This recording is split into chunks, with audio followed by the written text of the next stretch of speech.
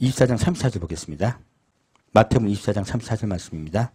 왜 제가 시험을 받았냐면, 자, 내가 진실로 너희에게 말하노니 이 세대가 지나가기 전에 이 일이 다 이루리라. 천지는 없어지겠으나 내 말은 없어지지 아니하리라 하시는 말씀이에요. 이 말씀 보면요, 앞에는 마지막 때 된 말씀이거든요. 근데 이 모든 일이 언제 이루어진다고요? 이 세대가 지나가기 전이에요. 우리가 생각하는 세대는요 30년 정도입니다. 근데 길게 잡아봐야 60, 70년이에요. 이게 세대에 대한 많은 의견들이 있지만 보편적으로 한 세대를 30년으로 잡습니다. 근데 예수님 말씀하시기를 이 세대가 지나가기 전에 이 일이 다 이루리라 하셨어요. 지금 우리 몇 세대 지나갔습니까? 예수님 돌아가시고 지금 2000년이 지나갔잖아요. 근데 예수님 말씀이 이 세대란 말씀은요 우리가 생각과 너무 다르잖아요. 심지어 보증까지 해놨어요. 밑에 뭐라고 적어놨습니까? 천지는 없어지겠으나 내 말은 없어지지 아니하리라. 그렇게 말씀하신 거예요. 제가 어릴 때 이 말씀을 보고서 성경은 너무 엉터리다. 어떻게 이렇게 이야기하는데 아무도 반박을 안 하냐? 어떻게 성경을 믿으라고 하느냐? 오랫동안 제가 고민한 거예요. 자, 사실요, 제가 옛날 어릴 때 고민했던 부분들, 그것들이 나중에는 은혜가 되더라는 거예요. 예수님은 왜 이렇게 시험될 만한 이 말씀을 일부러 하셨냐 하는 거예요. 알고 봤더니 우리에게 알려줄 것들이 있더라는 거예요. 마태, 마가, 누가, 요한복음 끝에 보면 예수님이 부활하시고 난 후의 행적들이 각각 다르게 적혀 있어요. 그래서 얼핏 보면요, 어떻게 이렇게 다르게 적어놨냐 할 정도로 달라요. 그래서 제가 보면서 내 성경의 사복음서의 마지막 부분을 보면서 설마 이렇게 틀리게 적어놨느냐 할 정도로 다르더라 하는 거예요.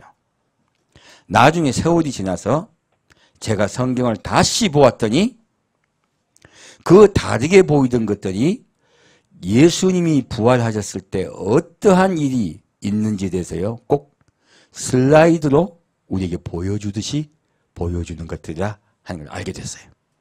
전에 한번 제가 메시지를 전한 적이 있었습니다.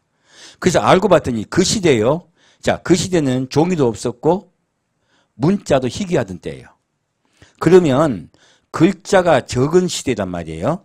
그 적은 글자로 놀랍게도 성경은요 예수님의 부활에 있을 때 부활의 사건을요 상세하게 우리에게 아주 영화 필름 보듯이 보여주고 있더라는 거예요. 알고 봤더니 다르다고 생각한 것이, 틀렸다고 생각한 것이 너무나 정확하게 우리에게 전해주는 그분의 사실이더라 하는 거예요. 지금 이 구절도 마찬가지입니다. 제가 이 세대가 지나기까지 간 이 말씀을 가지고 오랫동안 상고를 했어요. 그리고 은혜를 받았습니다. 오늘 그 은혜를 함께 나누고자 합니다. 자, 마태복음 24장 1절 보겠습니다. 24장은 굉장히 중요합니다. 그리고 24장을 보는 관점이요 얼마나 중요한지 모릅니다. 왜냐면 마태복음 24장을 잘못 봐서요 자꾸 예수님은요 우리에게 환난 집어넣으시는 분을 자꾸 오해하시고 메시지하는 분이 얼마나 많은지 몰라요. 그래서 하나 보겠습니다. 자, 예수께서 성전에서 나와서 가실 때에 제자들이 성전 건물들을 가리켜 보이려고 나오니 대답하여 가라사대 너희가 이 모든 것을 보지 못하느냐.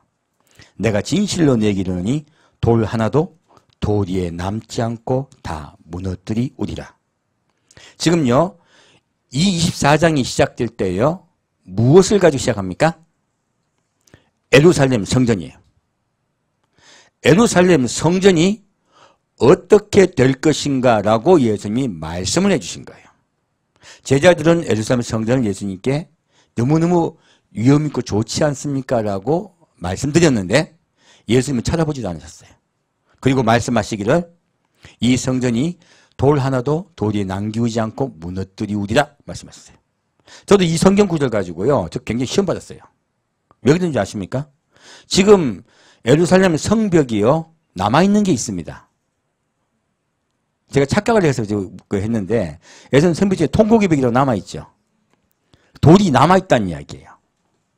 근데요, 성전은 돌이 돌아도 남아있지 않고 지금 없어져 있습니다. 근데요, 예수님이 이 성전이 다 무너뜨리우리라고 말씀하신 것이요, 우리 생각에는 지금 없으니까 지금을 이야기하는 거라고 생각하는 거예요. 아니에요. 성전은 다시 설 것입니다. 다시 설 것이고 다시 돌 하나 위에 돌도 하나도 없이 다 무너뜨릴 겁니다. 무너뜨려집니다. 예수님께서 말씀하신 것이. 알고 보면 이 24장의 예언은요, 성전, 예루살렘 성전에 관해서 출발이 시작되는 거예요. 그래서 예루살렘 성전이 어떻게 될 것인가의 관점, 이스라엘에 대한 관점이에요. 이스라엘에 대한 관점으로 이 24장을 우리가 봐야 돼요. 그래서 성경은 읽을 때요, 위에서부터 쭉 같이 읽어와야 돼요. 안 그러면 구절만 가지고 하시면요, 자꾸 오해가 되는 거예요. 자, 그 말씀 더 드리겠습니다. 자, 15절 보겠습니다. 그러므로 너희가 선지자 다니엘의 말한 바 멸망에 가증한 것이 거룩한 곳에 선 것을 보거든. 자, 이게 말씀하신 건 무엇입니까? 지금 예루살렘 성전이 서 있는 걸 전제로 이 성경 말씀이, 이 예언이 되고 있다고 하는 것이에요. 자, 지금 아직 예루살렘 성전이 서 있습니까? 서 있지 않습니까? 서 있지 않습니다. 곧 설 것입니다. 곧 서게 되고요. 그리고 그러한 일들이 벌어질 것입니다. 그래서 24장의 말씀을 볼 때는 어디를 중심으로 봐야 된다? 예루살렘 성전을 중심으로 봐야 돼요. 그래 24장이 풀려요. 자, 다시 21절 보겠습니다. 이는 그때에 큰 환란이 있겠습니다. 창세로부터 지금까지 이런 환란이 없었고 후에도 없으리라. 그날들을 감하지 아니할 것이면 모든 육체가 구원을 얻지 못할 것이나 그러나 택하신 자들을 위하여 그날들을 감하시리라. 자, 이 말씀을 보면요, 이때예요. 예루살렘 성전이 멸망을 가정할 것이 서고 또 예루살렘 성전이 완전히 회파되죠. 그때가 되었을 때 무엇이 온다고요? 큰 환란이 온다고 이렇게 했어요. 근데 자, 이 말씀이 참 이상한 말씀이에요. 사실요. 그래서 마태복음 24장은요 진짜 이상한 말씀이에요. 자, 창세로부터 지금까지 이런 환란이 없었고 언제도 없으리라? 후에도 없으리라. 이 말씀을 봤더니 자, 이렇게 성전이 회파되고 난 다음에 후가 있다 없다? 후가 있다고 말씀하신 거예요. 우리가 자꾸요, 예수님이 지상재림하면 모든 것이 끝이 난다고 생각하기 때문에 후에도 없으련 말씀, 이 말씀을 놓쳐버린 거예요. 예수님이 지상재림하시고 난 뒤에 뭐가 있다? 후가 있다는 말씀이에요. 이해가셨죠? 성경 분명히 예수님이 지상재림하시고 난 후가 있다고 말씀하고 있습니다.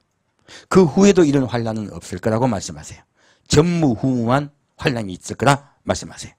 그것이 바로 그 환란이 예루살렘 성전과 연관되어 있습니다. 다시 3절 보겠습니다.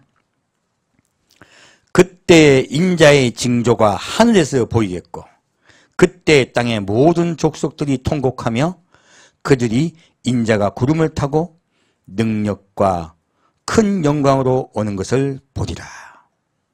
저가 큰 나팔 소리와 함께 천사들을 보내리니 저희가 그 택하신 자들을 하늘 이 끝에서 저 끝까지 사방에서 모으리라.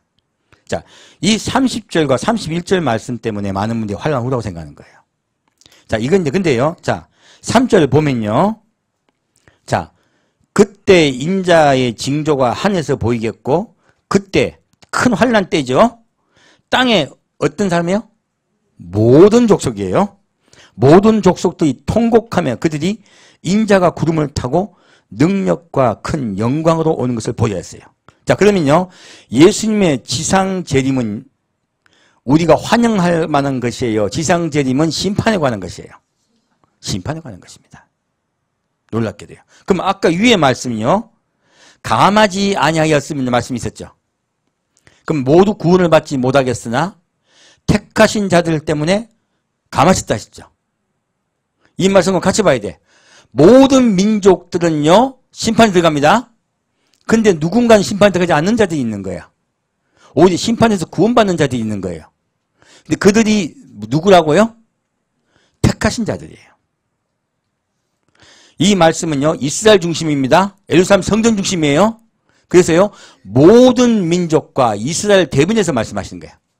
그래서 이 말씀은요, 모든 민족에 관한 이야기예요. 31절은요, 모든 민족에 관한 이야기가 아닙니다. 이 30절 끊어버려야 돼요. 옛날 성경, 예수님이 만일 요즘과 같이 우리같이 책을 쓰셨다면 여기 단락을 끊으시고 다시 새 단락을 시작하세요. 근데 우리가 성경을 읽을 때 이 두 가지를 연결돼서 읽으니까 자꾸 오해가 되는 거예요. 위에는 심판을 받아야 될 모든 민족에 관한 이야기입니다. 밑에 31절은요. 저가 큰 나팔 소리와, 이 큰 나팔 소리는 마지막 나팔 소리 아닙니다.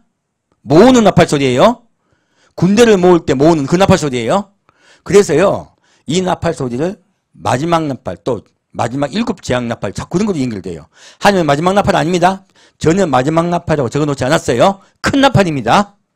자, 이 큰 나팔이 역할이 무엇이냐? 천사들을 보내리니 저희가 그 택하신 자들을, 아까 택하신 자들 얘기 나왔었죠. 이 택하신 자들은요, 이스라엘입니다. 그래서 모든 민족은 예수님의 심판에 들어갈 때 이스라엘은 구원받아요. 그 말씀하고 계신 거예요. 그래서 그 택하신 자들을 하늘 이 끝에서 저 끝까지 사방에서 모으리라 했어요. 놀랍게도 이 하늘 이 끝에서 저 끝까지 사방에서 모으라는 말씀은 무엇입니까? 이스라엘 백성이 마지막 때가 되면 어디로 모인다? 예, 이스라엘로 모인다고 말씀하신 거예요. 이 말씀은요, 지금 우리 그 일이 일어나고 있죠. 이스라엘이 지금도 계속 모이고 있습니다. 저희 교회도 이스라엘을 모으는 일을 하는 선교단체에 가장 많은 후원금 보내고 있어요. 왜? 마지막 때 해야 될 일이에요. 이스라엘이 모이는 일을요, 누가 도와야 되냐? 우리가 도와야 합니다. 우리에게 처음 복음을 전해줬던 그분들께요, 우리가 다시 예수 그리스도를 믿을 수 있도록 도와드려야 돼요. 지금 그 일이요, 마지막 때 우리가 해야 될 마지막 일이에요. 그래서 이 말을 말씀하고 계신 거예요. 그래서 32절에요. 무화과 나무의 비유를 배우라. 이 31절과 32절 연결된 말씀이에요.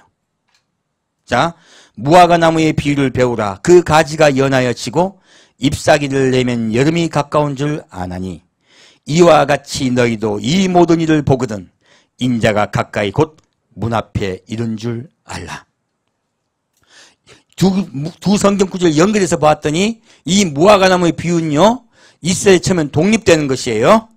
자, 그 가지가 연하여져요. 연하여진 건 독립입니다. 그 다음에요, 잎사귀를 내면이에요. 풍성해지는 거죠. 그 날에 누가 돌아온다? 예, 맞습니다. 31절 말씀과 같이요, 하늘 이 끝과 저 끝에서요, 이스라엘인들이 다시 유대 땅으로 돌아와요. 다시 돌아옵니다. 지금도 계속 그 일을 하고 있어요. 계속 지금도 돌아오고 있습니다. 그래, 이런 일이 일어나는 것을 보거든 누가 곧 문 앞에 이른다? 인자가 곧 문 앞에 이른 줄 알라 하신 거예요. 이것이 마지막 때의 징조라고 말씀하시는 거예요. 지금 계속 모이고 있습니다. 그래서 예수님은요, 이 말씀을 하시면서요, 이 말씀을 보증하세요. 그래서 24장은 어디 중심? 이스라엘 중심이에요. 자, 이와 같이 너희도 이 모든 일을 보거든 인자가 가까이 곧 문 앞에 이른 줄 알라. 그리고 이 3사를 말씀하신 거예요.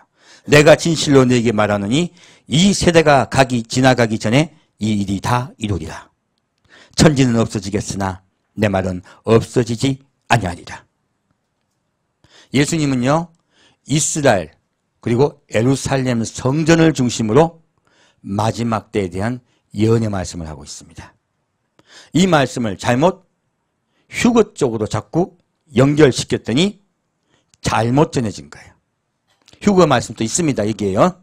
그래서 분리해서 해야 돼요. 이게 모든 다른 민족에 대한 이야기인지, 누구요? 또 이스라엘에 관한 이야기인지 분리해서 봐야 돼요. 그러지 않으면 혼돈되게 돼 있어요. 자, 다시 37절 말씀 보겠습니다. 자, 밑에 휴거에 관한 말씀이 나옵니다. 노아의 때와 같이 인자의 임함도 그러하리라.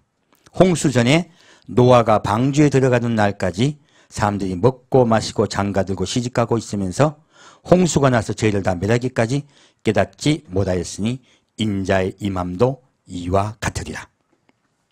그때 두 사람이 밭에 있음에 하나는 데려감을 당하고 하나는 버려둠을 당할 것이요 두 여자가 매를 갈고 있음에 하나는 데려감을 당하고 하나는 버려둠을 당할 것입니다. 자, 이 말씀이요. 왜 이스라엘과 다른 말씀이냐면, 자, 노아의 때와 같이요. 사람들이 뭐 하고 있다고요? 먹고 마시고 장가들고 시집가고 있어요. 이 말씀 무슨 뜻입니까? 평화기예요. 예수님이 언제 오신다고요? 평화기요. 아까 지금 택한 자들과 모든 민족은 뭐 하고 있었습니까? 전쟁하고 있었습니다. 죽느냐 사느냐 전쟁을 하고 있었어요. 그래서 시간이 감화해지지 않으면 이스라엘 백성은 다 멸망당해요.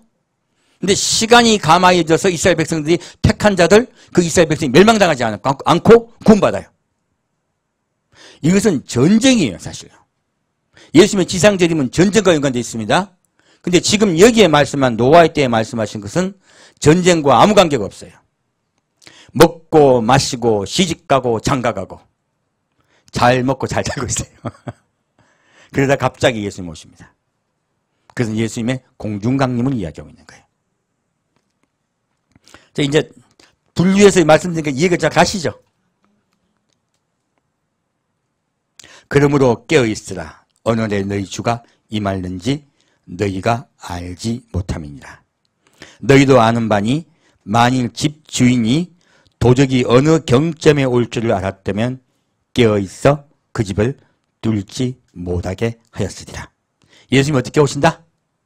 도적같이 오신다고 말씀하신 거예요. 그리고 이름으로 너희도 예비하고 있으라. 생각지 않은 때 인자가 오리라. 예수님 언제 오신다고요? 생각지 않은 때요. 그러므로 우리는 뭐 해야 된다고요? 예비하고 있으라 하셨어요. 저희 교회는 예비하는 교회가 될 것입니다. 자, 다시 요한계시록 19장 보겠습니다. 지금 택하신 자에 관한 말씀에 대한 얘기를 좀 더 보정하려고 하는 거예요. 요한계시록 19장 말씀입니다. 택하신 자들인 이스라엘이고 우리는 어떤 자리냐? 청함을 받은 자들이에요. 그래서 성경에는 천국에 대해서 처음에요. 택한 자들에 대한 말씀이 나오고 그 다음에 청함받은 우리를 이방인들 어떻게 구원하십니까? 아무 길거리나 가서 절름발이 소경 잘났어요 못 났어요? 다 못 났어. 절름발이 소경 아무나 다 데리고 와서 내 집을 채우라 하셨어요. 누구 이야기입니까? 우리 이야기예요. 그래서 예수님은 어떤 자를 부르신다? 못난 자를 부르신다요. 그래서 잘나시려면 큰일 납니다. 우리는 다 못난 자로 예수님께 갑시다. 자, 요한계시록 19장 9절 보겠습니다. 천사가 내게 말하기를 기록하라. 어린 양의 혼인잔치에 청함을 입은 자들이 복이 있도다 하고 또 내게 말하되 이것은 하나님의 참되신 말씀이라 하기로. 자, 예수님 누구 부르신다? 어린 양의 혼인잔치에는 누가 들어간다? 청함을 받은 자들이에요. 우리 이방인들이에요. 그래서 성경은 정확하게요. 이렇게 청함을 받은 자와 택함을 받은 자를 분류하고 있습니다. 왜 그러면 청함을 받은 자와 택함을 받은 자를 분류하고 있을까요? 어떻게 보면 우리가 가끔 택함 받았니 청함 받니 이러면 좀 기분 좀 나쁘잖아요. 그죠? 그럼 이스라엘 백성은 왜 택함 받았다고 자꾸 말씀하실까요? 이것은요. 성경이 또 다른 비밀이 있습니다. 오늘 좀 그 말씀드릴 거예요. 그래서 우리 입장에서는요. 청함 받은 게 훨씬 복입니다. 성경도 뭐라 적혔어요? 어린 양의 혼인잔치에 누가 들어간다? 청함을 받은 자가 들어간다고 말씀하고 있어요. 자, 그러면 아가서 보겠습니다. 오늘은 그런 좀 성경을 조금 더 분류해서만 볼 수 있다면요. 우리가 좀 더 은혜를 받을 수 있어요. 자, 아가서 1장 말씀입니다. 아가서 1장 14절 말씀입니다.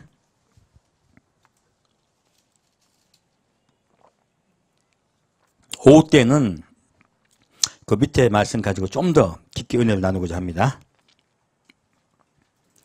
아가서 1장 14절 말씀입니다. 나의 사랑하는 자는 내게 엔게디 포도원의 고베라 송이로구나. 이 고베라 때문에 제가 지난주 오후 메시지 전할 때 찾아보다가 깜짝 놀랐어요. 이 고베라가요. 히브리어로 무슨 뜻이냐면요. 고페르 란 뜻이에요. 고페르 나무란 뜻이거든요. 이게 고페르 나무 꽃송이란 뜻이에요. 그래서 우리에게 번역을 하실 때 고민하다가 우리들이 좀 알아듣게 하려고 고페를 고베라로 바꾼 거예요. 고페르 꽃송입니다. 이게 이 고페르 나무는요, 우리 여러분 어떤 나무냐면 헤나 아시죠? 머리 염색한 재료예요. 염색 재료예요. 그 헤나 나무를 고페르 나무로 합니다. 크기는요, 한 2m, 3m 되는 관목이에요. 아주 작은 나무예요. 이 나무가 고페르 나무야. 근데 놀랍게도요, 이 고페르가 다른 곳에 나오더라는 거예요. 성경에. 어디 나오는 거 볼까요? 창세기 말씀 보겠습니다. 창세기 3장 말씀입니다. 제가 개혁 한글판을 보기 때문에 조금 약간 다르게 적혀 있는데 개혁 개정판에는 정확히 나와 있습니다. 자, 창세기 3장 14절 말씀이요.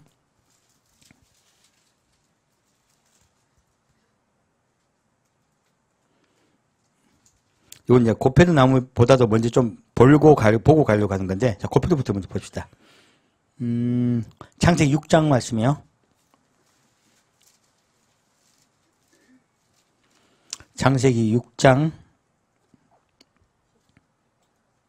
몇 절이에요? 14절 말씀이요. 예. 너는 잣나무로 너를 위하여 방주를 짓되 그 안에 간들을 막고 역청으로 그 안팎을 치러라. 지키세요. 놀랍게도요. 자, 창세기 6장 14절 말씀을 보면요. 잣나무로 적혀 있죠. 이게 개혁 개정판에 보면 뭐라 적혔냐? 고페르 나무로 적혔습니다. 이상하지 않아요? 그 조그마한 관목으로 그 큰 방주를 지을 수 있습니까? 불가능하잖아요. 근데 또 우리가 생각하지 못한 말씀이 있어요. 무엇으로 그 안팎을 칠하라? 역청이요. 노아 홍수 이전에 역청이 있었다는 이야기예요. 놀랍게도요. 우리 자꾸 역청은요, 노아 홍수 이후에 생겼다고 생각해요. 이 역청은 바로 석유입니다. 석유가 언제 있었다? 노아 홍수 이전에 있었다는 거예요. 어떻게 그런 일이 있을 수 있을까? 그 고페르 나무는 왜 또 그렇게 노아 홍수 이전에는 큰 방주를 지을 만큼 큰 나무였는데 노아 홍수 이후에는 조그만 염색 나무로 바뀌었냐는 거예요. 자, 그 연유를 알아보겠습니다. 창세기 3장 가겠습니다.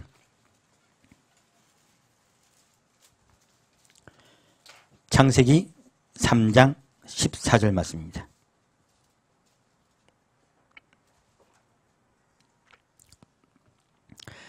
여호와 하나님이 뱀에게 이르시되 내가 이렇게 하였으니 내가 모든 육축과 들의 모든 짐승보다 더욱 저주를 받아 배로 다니고 종신토록 흙을 먹을지니라. 자, 이건 뱀이요. 범죄를 하였을 때요. 뱀만 저주를 받았습니까? 아니면 육축과 들의 모든 짐승도 저주를 받았습니까? 놀랍게도 육축과 들의 모든 짐승도 함께 저주를 받았습니다. 그러면요, 아담과 하와가 범죄하기 이전에요, 동물들이요, 굉장히 축복받았다는 이야기죠. 그들의 수명이 굉장히 길다고 봐야 돼요. 그런데 아담과 하와가 범죄한 결과 이 땅이 저주를 받습니다. 그때요, 누가 함께 저주를 받느냐? 동물들도 함께 저주를 받았어요. 자, 다시 보겠습니다. 17절 보겠습니다. 아담에게 이르시되 내가 내 아내의 말을 듣고 내가 너더러 먹지 말라 한 나무 실과를 먹었은즉 땅은 너로 인하여 저주를 받고 너는 종신토록 수고하여야 그 소산을 먹으리라. 자, 땅도 저주를 받았습니다. 그리고 땅이 내게 무엇을 낸다? 가시덤불과 엉겅퀴를 낼 것이다 했어요. 그러면요, 아까 육축동물도 저주를 받았고요. 또 땅에 무엇도 저주를 받았습니까? 식물들도 저주를 받았습니다. 나무들도 저주를 받았어요. 사람 때문에요. 왜? 사람은 만물의 가장 왕으로 주님께 만드셨어요. 만물의 왕이 저주를 받음에 그 속하여 있던 땅의 식물과 동물도 함께 저주를 받아버린 거예요. 이 말씀은요, 이 고페르에서 풀리는 거예요. 이 고페르 나무가 한 번 더 노아 홍수 이후에 저주를 받았더니요, 그 크던 관목이, 그 크던 나무, 노아 방주를 짓던 그 나무가요, 어떤 나무로 변했어요? 염색하는 조그만 나무로 바뀌어버렸어요. 변형이 심각하게 와버린 거예요. 성경은 그래서 일부러 고페르 나무를 증거로 주님께 주신 거예요. 우리에게. 알게 하려고요. 그러면 아담과 하와가 범죄하기 이전에요, 이 세상에 있던 동물들도 우리가 생각보다 훨씬 많았다고 봐야 돼요. 훨씬 더 축복을 받았어요. 그런데 아담과 하와가 범죄함으로 에덴에서 쫓겨날 때요, 이 땅에 어떤 일이 있었을까요? 노아 홍수 때와 같이요, 대변혁이 있었다는 거예요. 엄청난 변혁이 있었다고 봐야 돼요. 그러자 결과 하나님이 그 변혁이 있었던 것을 어디에 숨겨 놓으셨느냐? 노아가 지금 방주를 지을 때 무엇이 있었어요? 역청이 있었습니다. 역청은요, 동물이 죽어서요, 모인 시체가 모여야 돼요. 그래서 썩어야 돼요. 그게 석유가 돼요. 놀랍게도 이미 석유가 있었어요. 그 이야기는요, 아담과 하와로 인하여 이 땅에 큰 변혁이 있었다는 거예요. 이미 한 차례 더요. 먼저 변혁이 있음에, 예, 나무도 저주를 받아, 짐승도 저주를 받아, 그들이 삶이 강팍해진 거예요. 하나님 우리를 얼마나 축복해 주시려 했으면 그 저주받은 사람이 몇 년 살았습니까? 900살 넘게 살았습니다. 그러나 우리가 이제 수명도 줄어들었죠.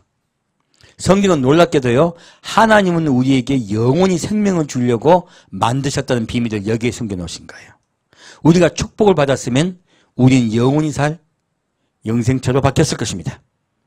성경은 그 말씀을 우리에게 하고 계신 거예요. 그래서 하나님 일부러 선악과 먹게 했다고 있잖아요. 그런 쓸데없는 소리에 절대 넘어가지 마세요.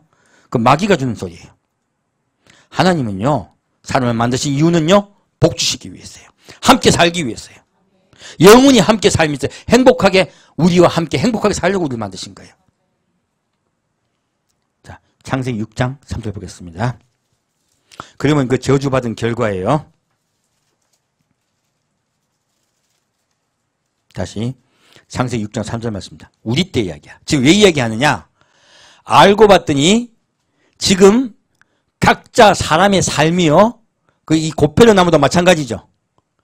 노아 홍수 이전과 노아 홍수 이후가 너무 다른 인생이에요. 우리가 한 번 더 저주받으면요, 그러면요, 예수님이 이 세대가 지나가기 전에라고 말씀하신 것은 놀랍게도요, 노아 홍수 이후에 저주받은 세대를 얘기하시는 거예요.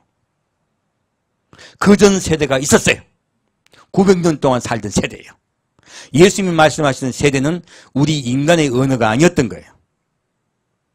우리의 인간의 언어 30년이 아니라 하나님께서 구사하신 하나님의 언어였던 거예요. 그래서 이전과 이전에도 없었고 이후에도 없다 말씀하신, 일부 주님 말씀하신 거예요. 이후에도 세대가 있다 없다? 세대가 있다 말씀하신 거예요. 성경은요, 우리의 세대가 끝이 나면 새로운 세대가 다시 시작한다고 말씀하고 있습니다. 그것이 바로 천연왕국 이야기예요. 그래서 성경이 우리 세대만 써놓았다고 생각하시기 때문에 자꾸 성경이 오해가 되시는 거예요. 성경은 어느 세대에 대한 이야기도 많이 있다? 예, 우리 다음 세대에 관한 말씀도 많이 있습니다. 그래서 우리 다음 세대에 대해서 말씀하신 것은 다음 세대에 주님께서 말씀하신 예언으로 우리가 받아들여야 돼요. 자, 보겠습니다. 창세기 6장 3절 말씀입니다. 여호와께서 가라사대 나의 신이 영원히 사람과 함께하지 아니하리니 이는 그들이 육체가 됩니다. 그러나 그들의 날은 120년이 되리라 하시니라. 우리의 날은 몇 년? 120년이요. 이 말씀 가지고요, 노아가 방주를 120년 동안 지었다고 말하는 분들 참 많아요. 저도 그렇게 배웠었어요. 근데 나중에 알고 봤더니 잘못 알고 계신 거예요.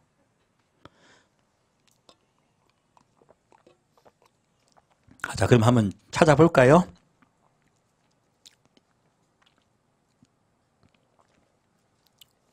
(17절) 보겠습니다.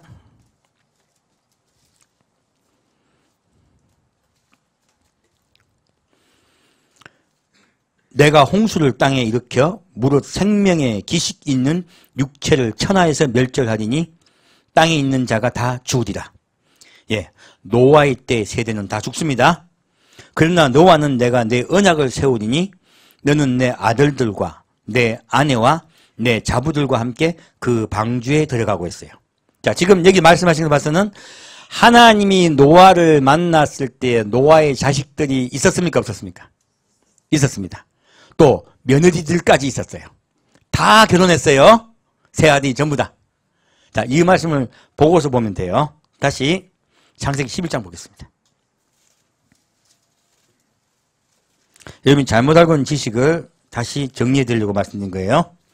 창세기 11장 10절 말씀 보겠습니다.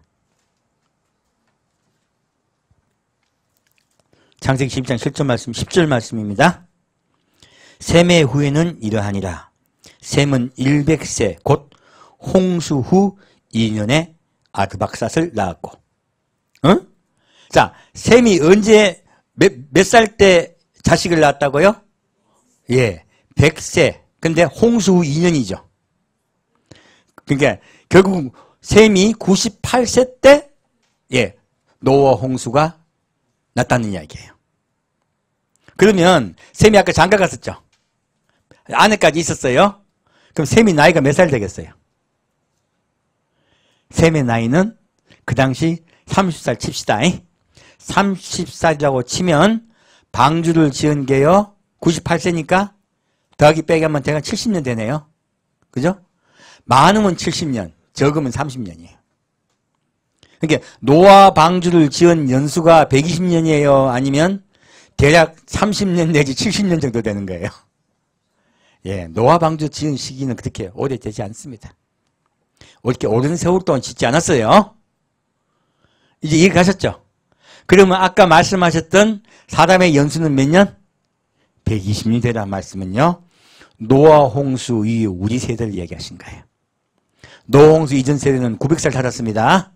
우리 때는요. 아무리 잘 살아봤자 아무리 장수해봤자 120년이에요. 요즘 세계 제일 오래 사신 분이 110몇 살인가 그럴 거예요. 이게 최대한으로 주님 말씀하신 거예요. 이제 이해가 가셨죠? 우리 세대는 몇 년 산다? 120년. 그럼 우리 뒷세대는 어떻게 될까요? 성경은 뒷세대 이야기가 있습니다. 그래서 뒷세대 이야기는요. 100살까지 살고 죽는 자는 분하다, 억울하다. 그래서 죽는 말씀 나오죠? 우리 세대 이야기야, 뒷세대 이야기예요. 뒷세대 이야기야. 자꾸 우리 오래 살 거다 얘기하는 분들이 있는데요. 그거는 성경을 잘못 보신 거예요. 아무리 많이 살아봐야 120살입니다. 우리 뒷세대는요. 100살에 돌아가시면 빨리 돌아가시는 거야. 근데 다시 또요. 뒷세대 이야기가 또 나와요. 뭐냐면 그들은 나무와 같이 살 거라 했어요. 뭐 같이 산다고? 나무. 나무와 같이 사면 몇 살까지 살까요? 300 내지 한 500년 정도 사는 것 같아요. 왜 그렇게 제가 추정을 해보냐면 노홍수 이전에 900살 살았죠? 노홍수 이전 시대가요. 1400년이었어요. 이해가시죠? 그러니까 한 1400년 되었으니까 지금 우리 예수님 지상 대접하시고 나면요. 천년왕국이 남아있어요. 그게 맞다. 또 우리 뒷세대예요. 이 천년왕국이 남아있을 때요. 천년밖에 안 돼요. 그래서 사람의 수명이 그 천년 안에 들어갈 것입니다. 그래서 많아봐야 700년일 거예요. 하여튼 100살까지 살고 죽으면 우리 한 10살 정도나 10몇 살 돼서 애들이 죽으면 얼마나 분하다 억울하다 합니까? 17세 정도 죽으면. 그래서 그 이야기 똑같은 거예요. 그래서요. 지금 여기 100세까지 살면 분하다 억울하다는 것을 우리하고 비교해 보시면 돼요. 대략 우리보다도 한 몇 배? 한 5배 정도 더 산다고 봅시다. 그 정도 사신다 보시면 돼요. 그게 바뀝니다. 그래서요, 성경은요, 세대별로 나누어서 봐야 되겠더라는 거예요. 이해가셨죠? 예. 자, 보면, 그러면 우리는 우리 세대에 대한 이야기를 좀 하는 게 좋겠다. 그죠? 자, 누가복음 보겠습니다. 누가복음 3장 말씀이요. 그래서 성경을 보실 때요, 이상하다고 생각하지 말고요, 우리 뒷세대 이야기는 우리 세대 이야기 아니에요. 그렇게 이해해서 성경을 보면 성경이 잘 보여요. 자, 누가복음 3장 3절 보겠습니다.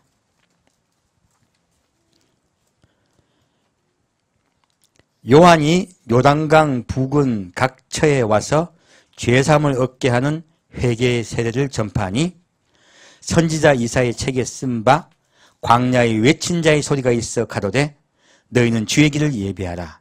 그의 첩정을 평탄케 하라. 모든 골짜기가 메워지고 모든 산과 작은 산이 낮아지고 굽은 것이 곧아지고 험한 것이 평탄하여 질 것이요 모든 육체가 하나님의 구원하심을 보리라 함과 같으니라.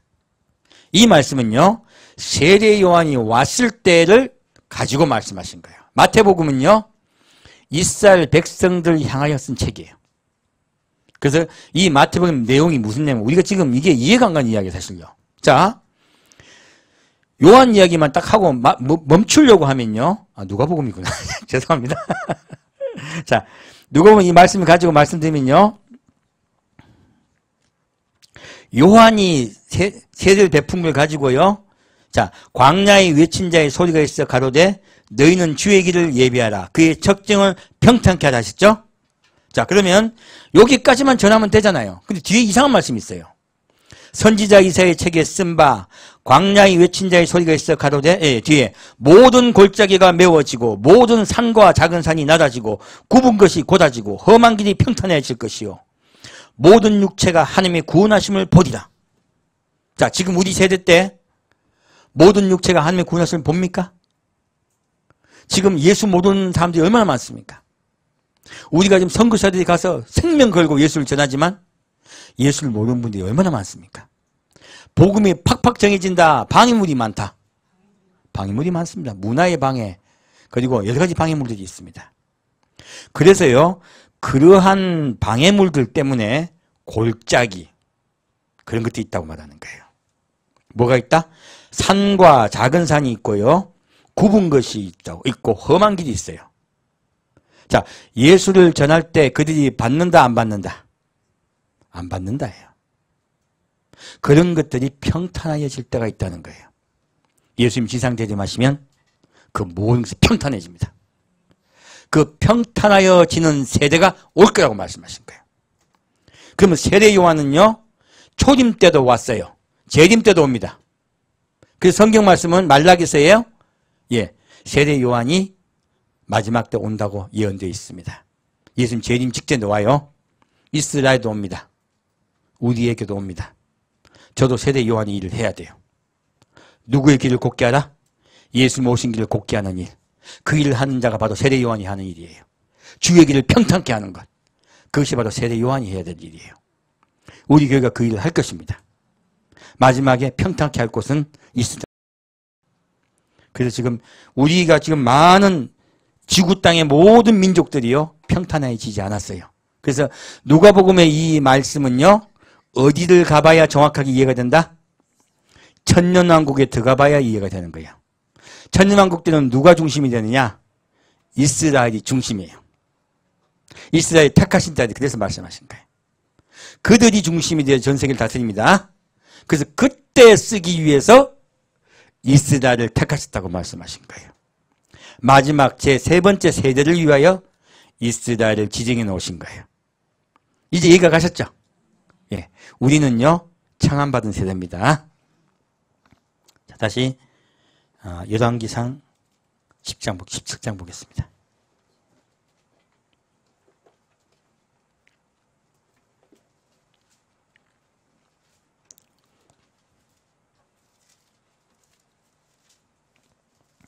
열왕기상 17장 말씀 보겠습니다. 성경을 분리해서 보니까 훨씬 낫죠? 이제 그러면, 이때는 천년왕국 이야기구나. 이건 우리 때 이야기구나. 저건 전의 이야기구나. 그렇게 보시면 돼요. 오후 때도 좀 더 깊이 조금 더 말씀드릴 거예요. 자, 1절 보겠습니다. 제가 왜 이야기를 드리냐면, 누구 이야기 방금 했어요? 세례 요한 이야기 했죠. 바로 엘리야에 대한 이야기예요. 그 엘리야에 대한 이야기를 할 거예요. 우리 세대 얘기를 할 겁니다. 자, 길르앗에 우구하는 자 중에 디셉 사람 엘리야가 아합에게 고하되 나의 성기는 이스라엘 하나님 여호와의 사심을 가리켜 맹세하노니 내 말이 없으면 수년 동안 우로가 있지 아니하리라. 여호와의 말씀이 엘리야에게 임하여 가라사대 너는 여기서 떠나 동으로 가서 요단 앞 그리 시냇가에 숨고 그 시냇물을 마시라. 내가 까마귀들을 명하여 거기서 너를 먹이게 하리라. 저가 여호와의 말씀과 같이 하여 곧 가서 요단 앞 그리 시냇가에 머물매 까마귀들이 아침에도 떡과 고기를 저녁에도 떡과 고기를 가져왔고 저가 시내를 마셨더니 땅에 비가 내리지 아니하므로 얼마 후에 그 시내가 마르니라. 자, 이 말씀을 봤더니요. 자, 엘리야는 누구의 길을 예비하는 자예요? 예, 그리스도의 길을 예비하는 자입니다. 엘리야의 일생은요, 놀랍게도 예수님의 길을 예비하는 것에 대한 예언에 대한 일생이에요. 알고 보면요. 엘리야는 나중에 어떻게 됩니까? 올라갑니다. 자, 그에 대한 이야기예요. 자, 보겠습니다.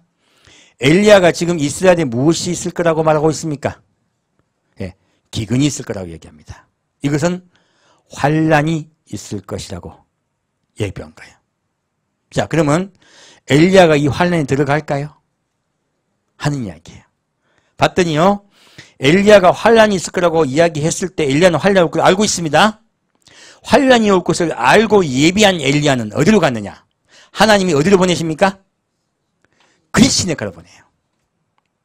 그리시네가는 어디냐면 요단강이 흘러내려요. 요단강의 동편에 있어요. 이 이야기를 왜, 그리고 이건 지류예요. 지류는 자, 가물 때 빨리 마른다, 늦게 마른다. 빨리 말라요. 자, 엘리야를 하나님이 그리시네가로 보냅니다. 근데요, 엘리야가 다음에 어디로 갑니까? 네, 사렙대 과부에 가요. 이 사렙대 과부 쪽은 우리 요즘으로 말하면 레바논 쪽이에요. 그 레바논 쪽으로 가려면 예루살렘 서편에 있어야 돼요. 그래야 빨리 갑니다. 근데 왜 하나님은 요단강 동편으로 엘리야를 보냈을까요? 요단강 이쪽 서편 쪽은요, 이스라엘이에요. 요단강 동편은 어딘 줄 아십니까? 바로 우리 이방인들이 머무는 곳이에요. 이방인에 관한 말씀이에요. 이방인들 중에서요, 엘리야와 같이 그리시네가로 갈 자도 있다는 거예요. 지금 환란이 오는 걸 알고 있습니다. 알고 있는 상태에서 하나님이 엘리야를 그리시네가로 보내세요. 그리시네가 무엇이 흐릅니까? 물이 흐르고 있어요. 그리고 이 그리시네가에 갔더니요, 누가? 까마귀들이 엘리야에게 뭘 갖다 준다고요? 떡과 고기를 갖다 주고 있어요. 놀랍게도. 아, 근데 생각해봐요. 떡만 주지 왜 고기까지 주는겨? 이상하지 않아요? 이거는 풍성함입니다. 주님이 그냥 주신다, 풍성하게 주신다. 풍성하게 주신다예요. 그들은 환란에 들어간 게 아니에요. 환란에 들어가지 않고 잘 먹어요. 떡만 먹고 고기만 먹으면 물도 있습니다. 그리시네가요. 자, 그러면 하나님이 왜 엘리야를 바로 사렙다 과부에 보내지 아니하시고 이쪽으로 보내셨을까요? 이들과 같이요. 지금 엘리야가 이 보낸 건요. 엘리야가 간 것과 같이 환란에 들어가지 않고요. 시냇물이 흐르는 곳, 떡과 고기를 먹는 것에 갈 자들이 있다는 이야기예요. 그것은 동편에 있는 자들이에요. 누굽니까? 이방인들 중에요. 이방인들 중에요. 환란에 들어가지 않고요. 어디로요? 아버지께로 가서 그분께서 보호해 주신 자들이 따로 있다고 말씀하고 계신 거예요. 자, 그 말씀 좀 보겠습니다. 열왕기상은요, 깊이 들어가면요, 전부 다 예언이에요. 엘리야 일생은요. 나중에 제가 또 하나하나 전해드릴 거예요. 자, 다시 보겠습니다. 요한복음 6장 보겠습니다.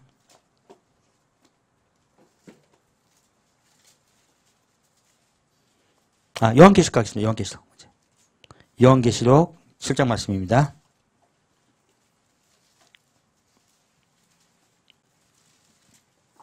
요한계시록 7장 13절 말씀입니다.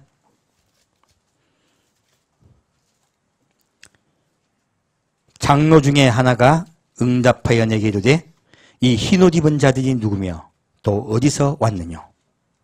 내가 가로되 내 주여 당신이 알리다 하니 그가 나더러 이르되 이는 큰 환난에서 나온 자들인데 어린 양의 피에 그 옷을 씻어 희게 하였느니라. 그러니까 이들이요 환난이 있을 것을 알고요 대비하다가 어린 양의 피에 그 옷을 씻어 희게 하였다는 것은 예비하였다는 뜻이에요. 그들이 회개하고 그리고 죄 짓지 않으려고 노력하고 그리고요 이웃을 사랑하려고 노력하고 예수님을 사랑하려고 노력한 자들이에요. 그런 자를 예비한 자들이라고 말씀하십니다. 그래서 어린 양의 피에 그 옷을 씻어 희게 하였다고 말씀하신 거예요. 그들이 예비한 자들이라고 말씀하신 거예요. 예비한 자들이 어디요? 큰 환난에서 나왔어요. 전무후무한 환난이죠. 그 환난 올 것을 이들이 알고 있었어요. 근데 하나님이 그들이 환난에 들어가게 하십니까? 아니면 빼내십니까? 빼내버리세요. 그리 시냇가 이야기는 그 이야기예요. 자, 그러므로 그들이 하나님의 보좌 앞에 있고 또 그의 성전에서 밤낮 하나님을 섬김에 보좌에 앉으신 이가 그들 위에 장막을 치시리니 저희가 다시 줄이지도 아니하며 목마르지도 아니하고 해나 아무 뜨거운 기온에 상하지 아니할지니 이는 보좌 가운데 계신 어린 양이 저희의 목자가 되사 생명수 샘으로 인도하시고 하나님께서 저희 눈에서 모든 눈물을 씻어주실 것임이로라. 하나님께서 약속하신 것은요 그들을 빼내어 주었을 때요 자 줄인다 줄이지 않는다 줄이지 않는다. 아까 그러면 떡과 고기를 주신 이유를 알겠네요. 그죠? 하나님은요 줄이게 하신다 줄이게 하지 않으신다. 줄이지 않게 하신다. 그리고 또 무엇을 줘요? 아까 그리시니까 물이 흐르고 있었죠? 예, 우리 고장나가 흐르는 이런 물 아닙니다. 이런 물 아니고요. 그리시네가의 물은 바로 아버지의 보좌에 나오는 아버지의 보좌 흘러는 생명수 샘이에요. 그 생명수 물을 우리가 마시라는 말씀하신 거예요. 그래서 우리에게요 다시 목마르지 아니하고 다시 줄이지 아니할 거라 말씀하신 거예요. 주님을 사랑하는 자 그리고 서로 사랑하면서 예비하는 자는 주님이 반드시 그 나라를 데려가십니다. 그리고 말씀하세요. 우리의 목자 되시고 생명수 샘으로 인도하시고 우리 눈에서 모든 눈물을 씻어주실 것입니다. 우리 세대는요 눈물이 많은 세대입니다. 우리 앞 세대 노아의 방주 있기 전의 세대는 오래 살았고요 하나님이 이 땅에 함께 거하셨어요. 그래서요 고페르 나무가 방주를 지을 정도로 컸던 시대였어요. 우리 세대는요 고페르 나무가 염색나무로 바뀐 시대예요. 우리도 그렇게 오래 살던 900년 넘게 살던 우리 사람이 이제 50세 60세 요즘 많이 살죠? 예, 요즘은 90세 100세까지 살아요. 하지만 우리 세대는 눈물의 세대입니다. 굶주린 세대예요. 먹고 살기 힘든 세대예요. 그래서 다시는 줄이지 않고 목마르지 않겠다 하신 거예요. 우리 세대가 가장 불쌍한 세대입니다. 그리고요 우리 눈에서 모든 눈물을 닦아주시겠대요. 우리 세대는 살다가 눈물 흘리는 세대란 뜻이에요. 어느 한 사람 할 것 없이요 전부 눈물 흘리는 세대입니다. 그래서 그 눈물 흘리는 세대 예수님을 사랑한 자들을 다 데리고 가셔서 우리의 모든 눈물을 닦아주시겠다고 약속하셨어요. 그것이 우리 창함을 받은 우리 이방인들이 받을 축복입니다. 우리 예수님 더 사랑하고 또 서로 사랑하고 낮은 자 되어 주님 부를 때 우리는 그리 시냇가로 갑시다. 그리고 주님께서 떡과 고기와 물을 주시겠다 하셨어요. 영원히 목마르지 않게 하시고 그리고 우리 눈의 모든 눈물을 닦아주시겠다고 약속하셨습니다. 조금만 참읍시다. 조금만 더 우리 예수님께 나아갑시다. 함께 듣겠습니다. 사랑하는 주님, 우리 세대에 대해서 말씀해 주시니 감사합니다. 우리 세대에 눈물이 많은 세대, 슬픔이 많은 세대, 이 세대에서 우리를 사랑하여 주시고 예수를 알게 하시고 더 깊이 믿게 하심을 감사드립니다. 더 예수님 사랑하고 더 내가 어린 양의 피에 내 옷을 씻어 희귀한 자가 되어 예수님 만날 수 있게 아버지 역사하여 주옵소서. 우리는 할 수 없습니다. 주께서 역사하시고 인도하여 주옵소서. 주님 늘 함께 하시고 주옵소서. 산주 예수 그리스도 이름으로 기도합니다. 아멘. 찬양을 돌리겠습니다.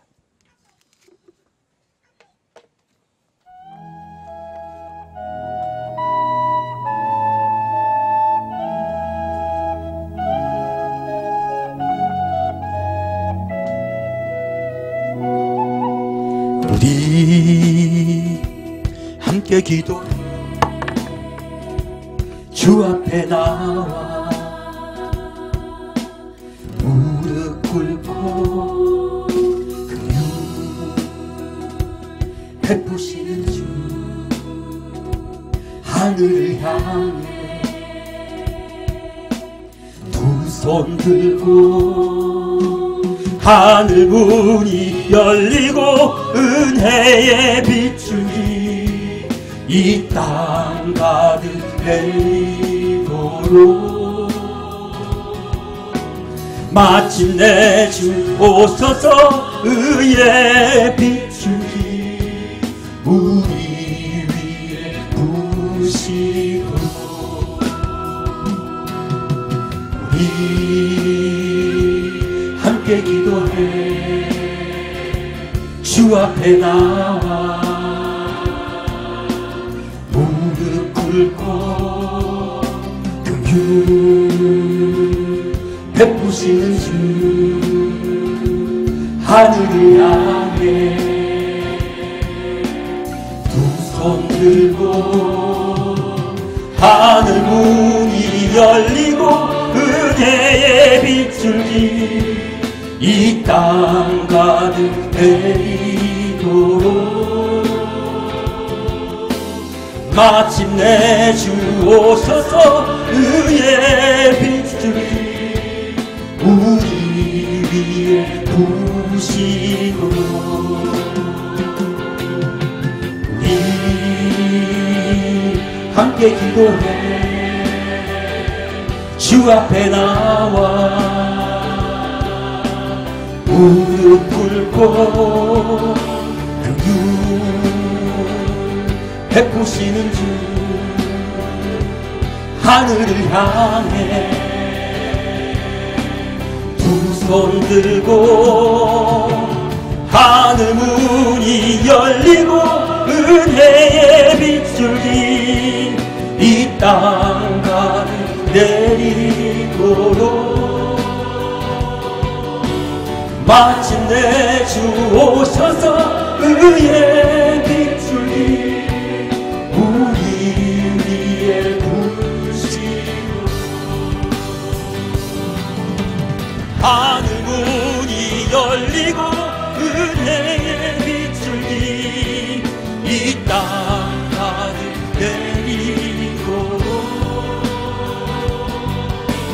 마침내 주 오셔서 의의 빛줄기 우리 위에 부으시도록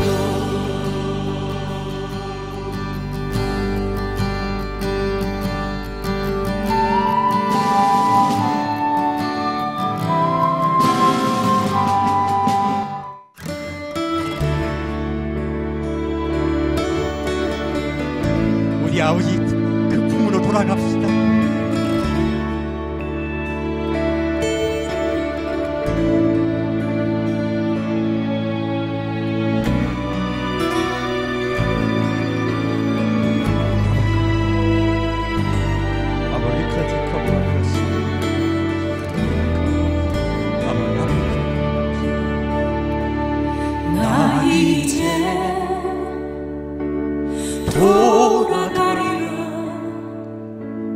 아버지 기다리시는 본향으로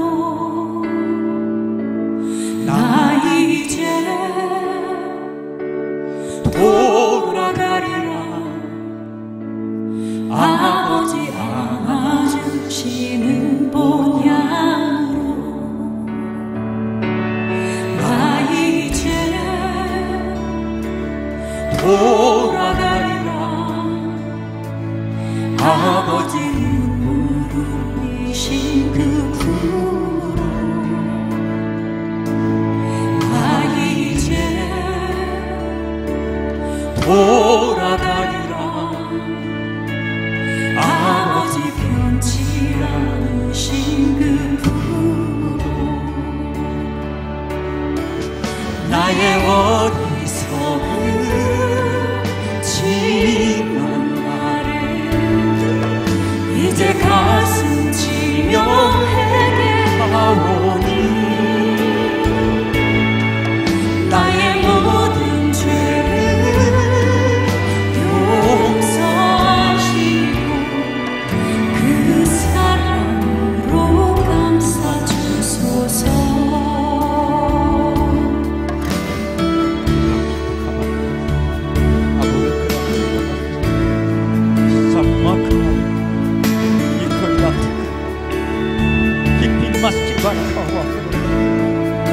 우리의 모든 눈물을 씻어주신 주, 우리 대신 눈물 흘리신 분, 우리 대신 주님을 찬양합니다.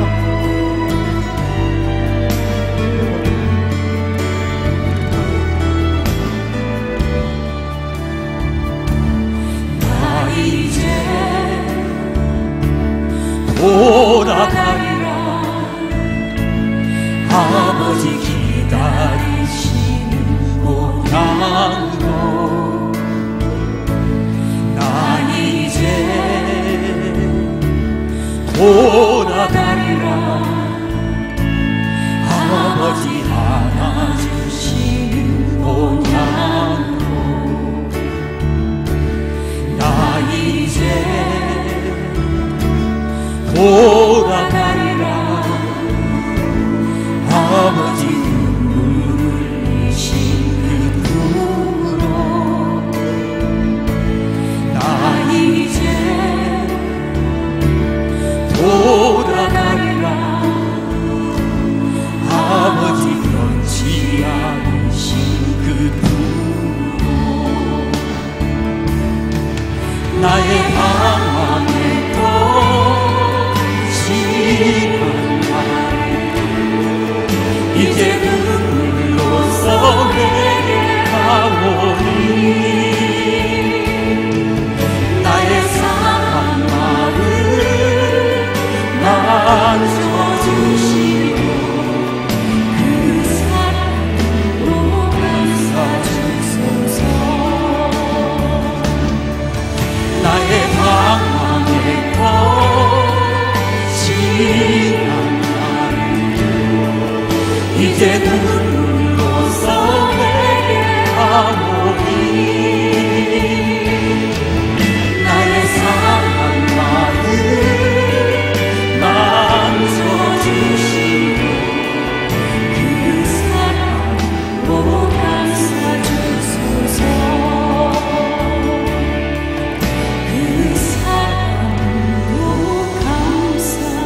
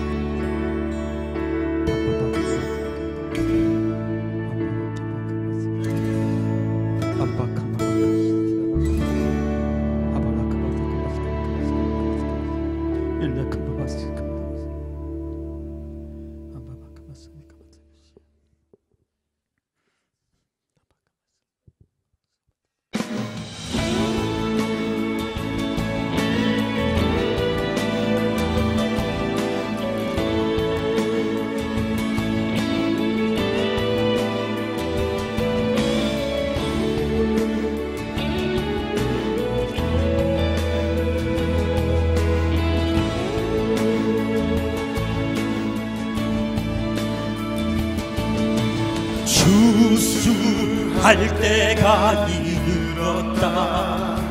주가 주수할 때가 이르렀다. 깨어있는 자들 이 메시지를 들으라. 주가 주수할 때가 임박했다.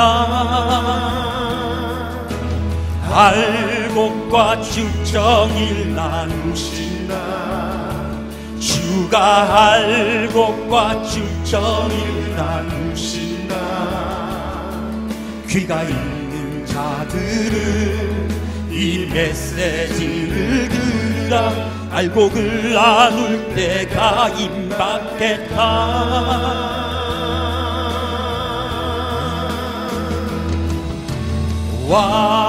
왕이 오신다. 왕이 오신다. 피 묻은 옷 입은 자 십자가 밑에 선 자 이제 곧 추수한다. 왕이 오신다. 왕이 오신다.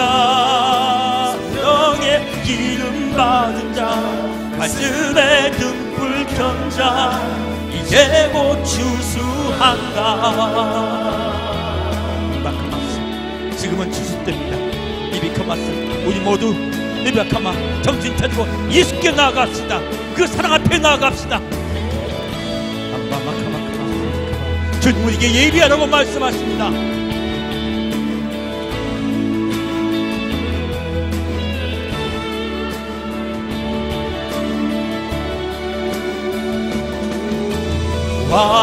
왕이 오신다.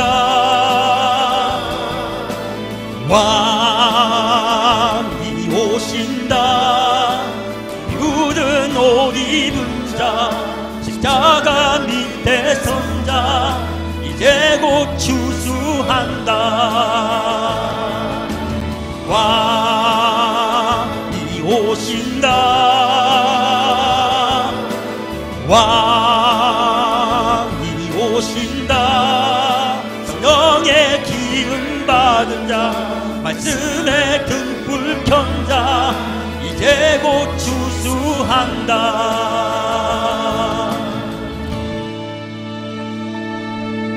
심판의 날 모두 보게 되리. 하늘의 군대 앞에 서신 왕을 심판의 날 모두 보게 되리. 천국에 간 자들과 남겨진 자를 심판의 날 모두 보게 되리. 하늘의 군대 앞에 서신 왕을 심판의 날 모두 보게 되리. 천국에 간 자들과 남겨진 자들 심판의 날 모두 보게 되리. 하늘의 군대 앞에 서신 왕을 심판의 날 모두 보게 되리. 천국에 간 자들과 남겨진 자들 왕이 오신다. 왕이 오신다. 왕이 오신다. 왕이 오신다. 왕이 오신다. 아멘.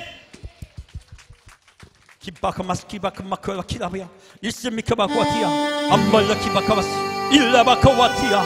사랑하는 주님 임마마카바바바바 우리의 모든 눈물을 씻겨주시다고 말씀하셨사오니 이빌라바바바 우리의 모든 슬픔을 주님께서 다 이루시다고 말씀하셨사오니 이빌라카바바카바 우리의 살면서 당했던 많은 슬픔, 눈물, 괴로움, 한숨 이바카와 먹고 살기 위해서 우리가 겪은 수많은 일들을 주님께 맡깁니다. 주님이여 이 세대에서 이 눈물 많은 세대 이 고난 많은 세대에서 이빌라바카바 우리를 지켜주옵소서. 우리를 보호하여 주옵소서. 우리를 인도하여 주옵소서. 우리의 삶 속에 이를 약한 바바 막가마 마귀는 오늘도 시험하려 합니다. 이를 약한 바바 우리에게 넘어뜨리려고 합니다. 그때마다 잡아주옵소서. 그때마다 잡아주옵소서. 그때마다 보호하여 주옵소서. 그때마다 인도하여 주옵소서. 주여, 우리의 삶 속에서 많은 시험이 올 때 예수님이 잡아주시겠다고 말씀하셨사오니 주여 인도하여 주옵소서. 주여, 그 약속 믿고 예수께 모두 맡깁니다. 예수님, 우리를 붙잡아 주옵소서. 우리를 이끌어 주옵소서. 우리의 모든 형편을 아십니다. 우리의 모든 눈물을 아십니다. 주여, 우리를 붙잡게 하시고 우리를 붙잡아 주옵소서. 우리를 사랑하셔서 지금도 눈물을 흘리시면서 우리를 위해서 기도하시는 예수님, 그 예수께 나아갑니다. 그 예수께 모두 맡깁니다. 내 모든 것을 내게 맡겨버리라. 내가 모든 것을 함 인도하리라 하셨사오니 내 짐을 주께 맡깁니다. 내 짐은 쉽고 가볍다 하셨사오니 내가 예수의 짐을 지기를 소망합니다. 예수님 따라가기를 소망합니다. 임마카마마카 마시길라 임발약한 마시긴 마쿠아바 일락하바 하바카 일락한 바할리카바 임타우아 사비카바와 알라카라달라라. 나를 사랑하시니 감사합니다. 나를 사랑하시니 감사합니다. 그 은혜의 말씀이 온전히 차고 넘치게 아버지 역사하여 주옵소서. 성령께서 역사하시고 이끌어 주옵소서.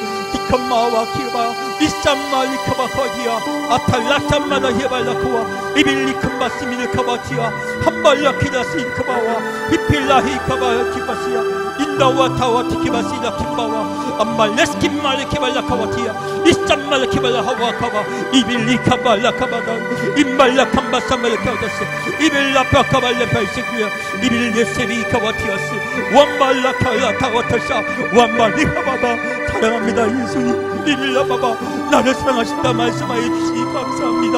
이빌라까바, 이곳에 모인 성도 한 명 한 명 이빌라 눈물을 흘려 기도하고 있더니 말씀하시니 감사합니다. 임마, 내가 너를 위하여 기도하고 있노라. 내가 너를 위하여 기도하고 있노라. 내가 눈물로 너를 위하여 기도하고 있노라.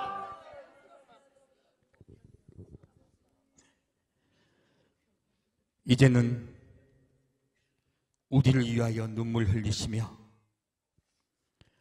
우리를 위하여 기도하고 계신 그 주님 바라보며 이 눈물 많은 세대, 이 괴로운 세대, 이 아픔이 많은 세대에 살고 있는 우리를 불쌍히 여기시고 사랑과 은혜로 이끄시기를 작정하신 주님을 바라보는 우리 모두에게 주님의 성령이 있으셔서 늘 함께 하시고 동일 줄 믿습니다.